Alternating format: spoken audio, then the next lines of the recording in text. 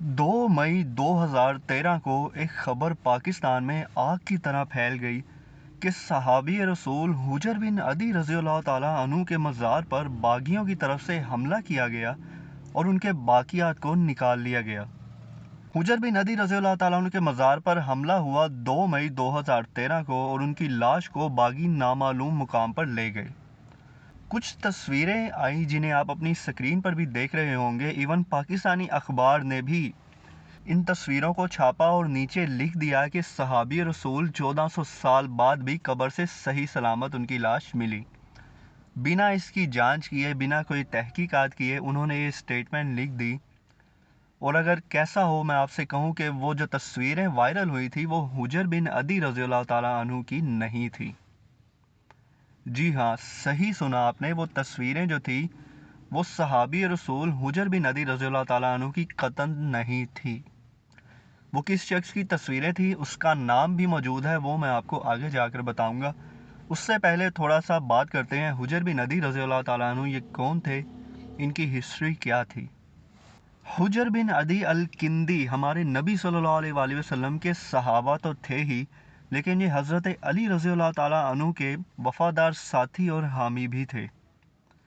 آپ امام علی رضی اللہ تعالیٰ عنہ کے ساتھ ان کی جو جنگیں ہوئی تھی، جنگ جمل، صفین، نہروان میں موجود رہے اور آخری دم تک حضرت علی رضی اللہ تعالیٰ عنہ کا ساتھ دیا۔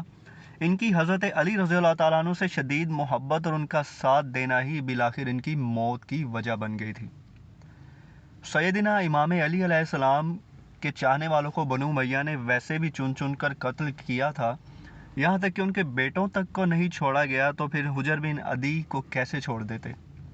ان کو بھی بنو امیہ نے بڑی بے دردی کے ساتھ قتل کر دیا تھا۔ ان کی جو آخری خواہش تھی نا موت سے پہلے، وہ یہ تھی کہ ان کے بیٹے کو ان کے سامنے قتل کیا جائے اور ان سے پہلے قتل کیا جائے، کیونکہ کہیں ایسا نہ ہو کہ ان کا بیٹا موت کے ڈر سے خوف زدہ ہو جائے اور سیدنا امام علی علیہ السلام پر لعنت کرنے کی شرط پر اکتفا کرے، معاذ اللہ۔ یہ بنو امیہ کہتے تھے کہ علی پر یا تو لعنت کرو معاذ اللہ، یا پھر موت کے لیے تیار ہو جاؤ، تو اس لیے انہوں نے کہا کہ میرے بیٹے کو مجھ سے پہلے قتل کرو اور میرے سامنے قتل کرو، کہیں ایسا نہ ہو کہ میں پہلے قتل ہو جاؤں اور بعد میں میرا بیٹا خوفزدہ ہو کر بنو امیہ کے ہاتھوں مجبور ہو کر حضرت علی رضی اللہ تعالیٰ عنہ پر کہیں لعنت نہ کر دے۔ 2 مئی 2013 کو جبہت النصرہ نے مزار پر حملہ کیا اور سیدنا حجر بن عدی رضی اللہ تعالیٰ عنہ کی لاش مبارک کو وہاں سے نکالا اور کسی نامعلوم مقام پر لے گئے۔ یہ سچ ہے یا نہیں، اس کے بارے میں کچھ رپورٹس یہ بھی کہتی ہیں کہ جو باغی تھے انہوں نے حجر بن عدی رضی اللہ تعالیٰ عنہ کی قبر کو کافی گہرائی تک کھودا، لیکن انہیں ان کی لاش نہیں ملی۔ اب اس پر ڈیبیٹ ہے، کچھ کہتے ہیں کہ وہ ان کی لاش کو لے گئے، لیکن اکثریت کا ماننا یہی ہے کہ ان کی لاش وہاں سے نہیں ملی۔ وہ جو تصویریں ہیں جو وائرل ہوئی تھیں، جو آپ دیکھیں گے کہ میں اتنا حیران ہوں کہ پاکستانیوں کی مینٹیلیٹی کیسی ہے۔